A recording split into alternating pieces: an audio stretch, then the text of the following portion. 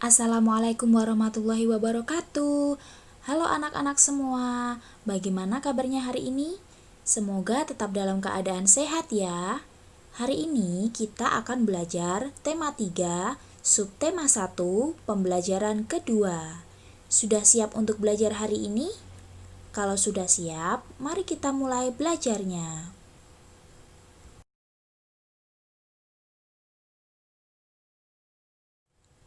Perhatikan iklan yang ada di hadapan kalian. Iklan tersebut merupakan iklan tentang pentingnya air untuk kita.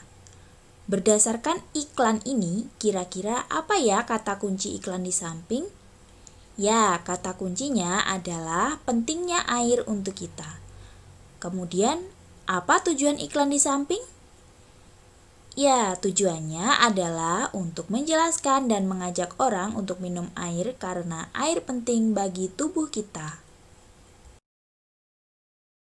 Selanjutnya yaitu apa fungsi dari iklan? Nah, iklan sendiri itu berfungsi untuk mempromosikan sesuatu, baik itu barang maupun jasa.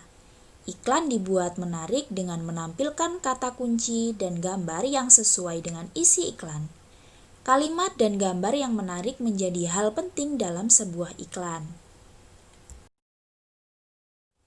Nah, berikut adalah unsur-unsur iklan. Yang pertama yaitu isi iklan. Isi iklan sesuai dengan hal yang ingin disampaikan. Kemudian yang kedua yaitu ada sasaran iklan. Maksudnya yaitu kepada siapa iklan ditujukan. Kemudian yang ketiga itu ada kata kunci, yaitu kata yang menjadi tema iklan. Kemudian yang keempat ada maksud gambar. Gambar memiliki makna untuk menyampaikan isi iklan.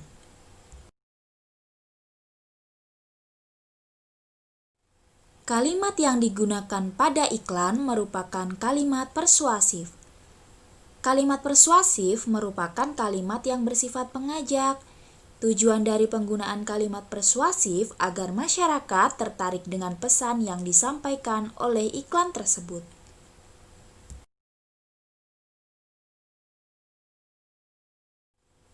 Nah, kemudian selanjutnya yaitu tentang ciri-ciri kalimat persuasif. Ciri-cirinya yaitu yang pertama bersifat mengajak.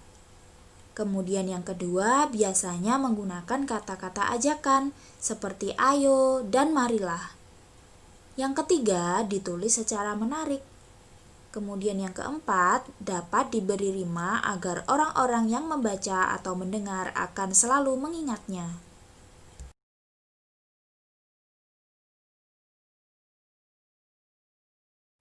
Sebuah iklan yang baik harus memenuhi kriteria sebagai berikut. Yang pertama, yaitu menggugah pembaca atau pendengar iklan. Yang kedua, informatif dan komunikatif. Yang ketiga, yaitu persuasif. Yang keempat, menampilkan iklan di media cetak seperti koran, majalah, dan sejenisnya, maupun di media elektronik seperti televisi, radio, film, dan sejenisnya. Selanjutnya yaitu tentang sistem pencernaan manusia. Sistem pencernaan manusia sendiri itu dimulai dari mulut. Kemudian setelah mulut lanjut ke kerongkongan. Setelah dari kerongkongan menuju ke lambung. Kemudian setelah dari lambung akan menuju ke usus halus. Setelah itu ke usus besar dan terakhir adalah anus.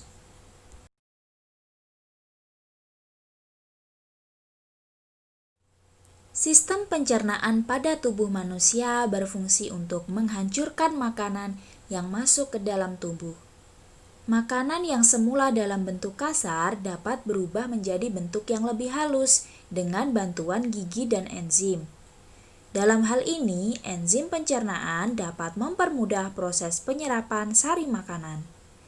Selain itu, Sistem pencernaan juga berfungsi untuk membuang sisa-sisa makanan yang sudah tidak diperlukan oleh tubuh. Keberadaan zat-zat sisa dapat menjadi racun bagi tubuh manusia jika tidak dikeluarkan.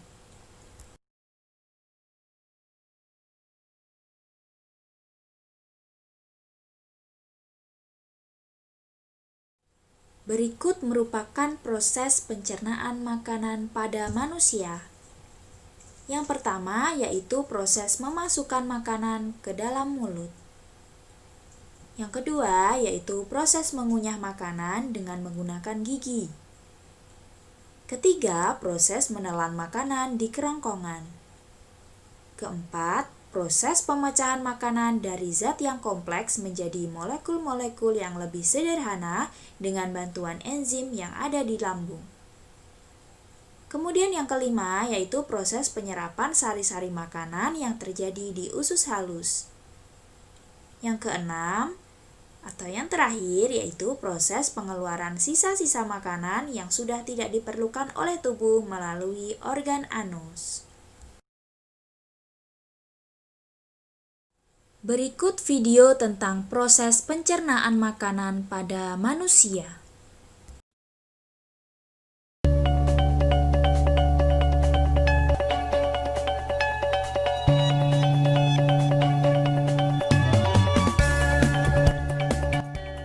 Kali ini kita akan belajar tentang sistem pencernaan makanan pada manusia.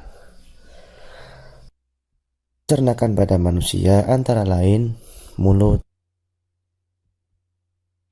kerongkongan, lambung, usus halus, usus besar, dan juga anus. Mulut merupakan tempat masuknya makanan ke saluran pencernaan. Di dalam rongga mulut terdapat lidah, kelenjar ludah, dan juga gigi. Lidah berfungsi sebagai organ pengecap dan membantu menelan makanan.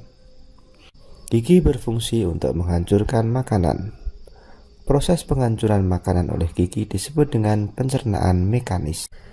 Setelah itu, makanan akan masuk ke dalam kerongkongan. Kerongkongan merupakan saluran penghubung antara mulut dan lambung.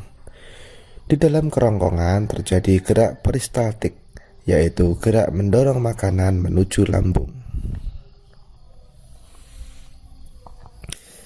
Sesampainya di lambung, makanan mengalami pencernaan mekanis oleh otot-otot lambung, serta pencernaan kimiawi dengan bantuan enzim pepsin dan enzim renin dan asam lambung. Selanjutnya, makanan menuju ke usus halus. Di dalam usus halus terjadi proses pencernaan kimiawi dan penyerapan sari-sari makanan. Di dalam usus halus terdapat enzim yang berasal dari pankreas antara lain amilase, lipase, tripsin, dan juga cairan empedu. Sisa pencernaan yang tidak tercerna akan masuk ke dalam usus besar. Di dalam usus besar, ampas akan mengalami pembusukan oleh bakteri Escherichia coli. Selanjutnya, muara dari saluran pencernaan adalah anus, yaitu tempat keluarnya kotoran atau feses sisa pencernaan. Demikian penjelasan dari saya. Terima kasih.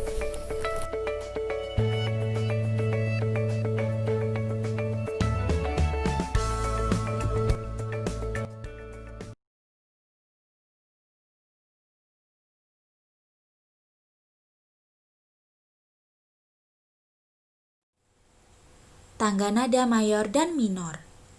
Berikut ini adalah ciri-ciri lagu dengan tangga nada mayor. 1. Lagunya bersifat riang gembira. 2. Terdengar bersemangat. 3. Umumnya diawali dan diakhiri dengan nada do. Selanjutnya yaitu ciri-ciri lagu dengan tangga nada minor. 1. Lagunya bersifat sedih. 2. Terdengar kurang bersemangat. 3. Umumnya diawali dan diakhiri dengan nada la.